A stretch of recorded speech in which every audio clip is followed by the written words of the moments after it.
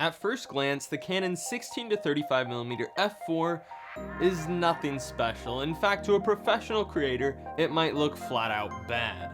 When you compare it to the 16 to 35 f2.8 or the new 15 to 35 2.8 or the cheaper 17 to 40, it might just look like an expensive paperweight. But let me tell you, I've spent the past few months traveling the country. I've been traveling more than ever before. I've been flying on planes, climbing mountains, exploring cities, taking photos, making videos, and let me tell you, this is a workhorse of a lens.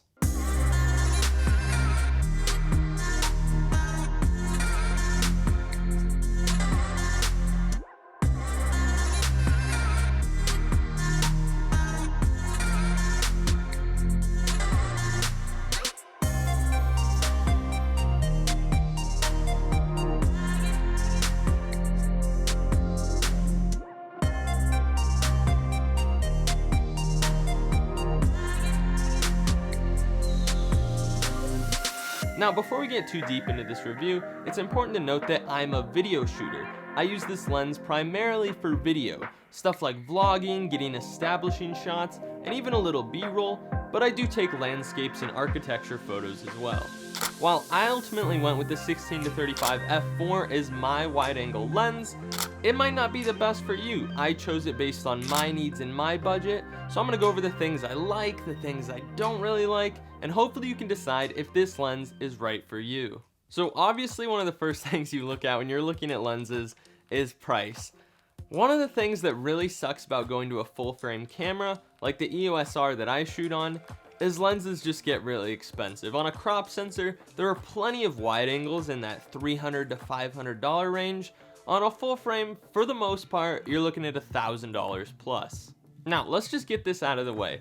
If you shoot on a Canon camera, I wholeheartedly believe that the best lens you can get is the RF 15 to 35. It goes down to 15mm instead of 16. You get f2.8 instead of f4. It's stabilized, but it's also $2,400. It looks like a phenomenal lens, but that's a lot of money to spend on a wide angle. At about $200 cheaper, you can get the 16 to 35 f2.8, but you lose the stabilization, you lose that millimeter on the wide end. It's not a super compelling offer right now. But then if we slash that price in half, you get the f4 version, which you get stabilization back. The only downside is you're at f4 now, which means you lose a stop of light. Now with the 16 to 35 f4, you're gonna save over $1,000. So at that price point, even if you're not super interested, it's worth taking a look at. Alright, so at $1,000 less, what are the compromises? Now, one of the biggest ones, obviously it's in the name of the lens, it's f4, so you're losing a stop of light, you're losing a stop of bokeh. How does that really impact your image? Like, let's be honest, no one wants an f4 lens in their kit, but how bad is it really? Overall, at 16mm, whether you're at 2.8, whether you're at f4, there's not really gonna be a lot of bokeh. Yes, there's gonna be a little bit, but in the grand scheme of things, I don't think it's a huge deal. If you're shooting landscapes or architecture, I'm gonna go as far to say it doesn't really matter. But if you start shooting things like products or people, where you really need to separate things from a background, it matters.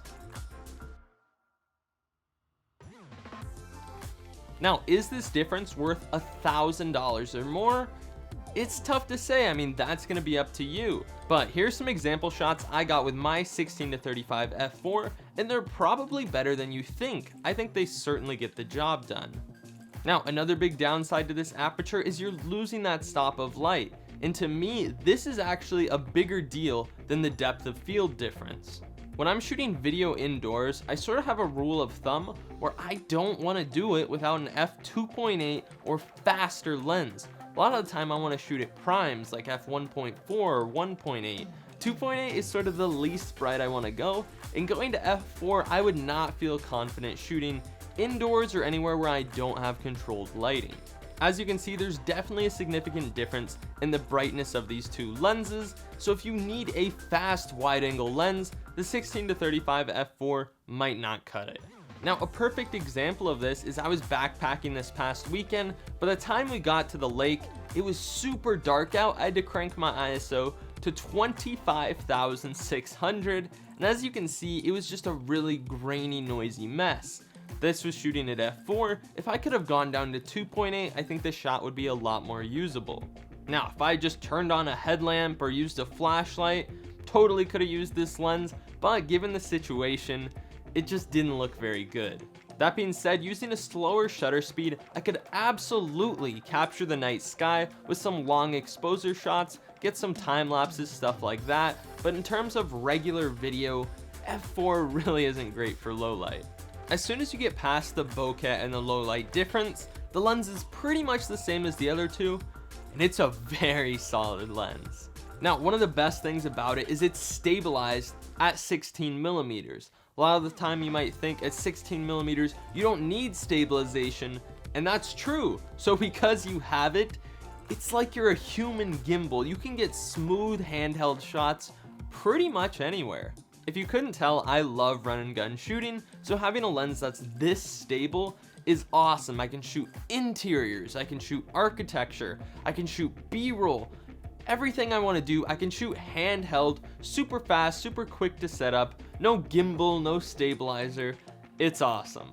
I find this lens just straight up fun to shoot with. For photography, stabilization is arguably not quite as important, but for video, it can be the difference between a smooth cinematic shot and just the jittery mess.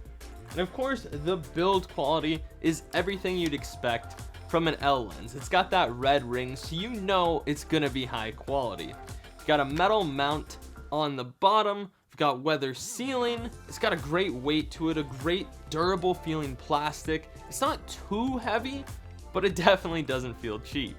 Another thing that's great is it's got an internal zoom. So as you zoom the lens, you can see that front element move a little, but it's not extending way out, just collecting dust or anything like that. For the most part, it's completely contained in the lens, which is awesome. I do a lot of traveling, I'm hiking.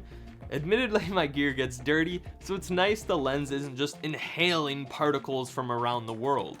Overall, this is sort of just the bare bones version of the famous wide-angle lenses by Canon. You know, by trading in that 2.8 to f4, you're still getting a very sharp lens. You're getting that great build quality. You're getting essentially the same focal range as all the other ones.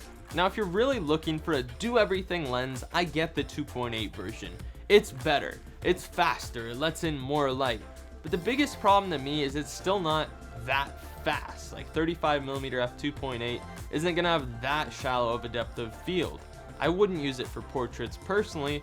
I wouldn't really shoot interviews with it. If I wanted to shoot in low light, I would just slap on a prime lens, which I could buy with the extra money I saved, and it's gonna destroy both those.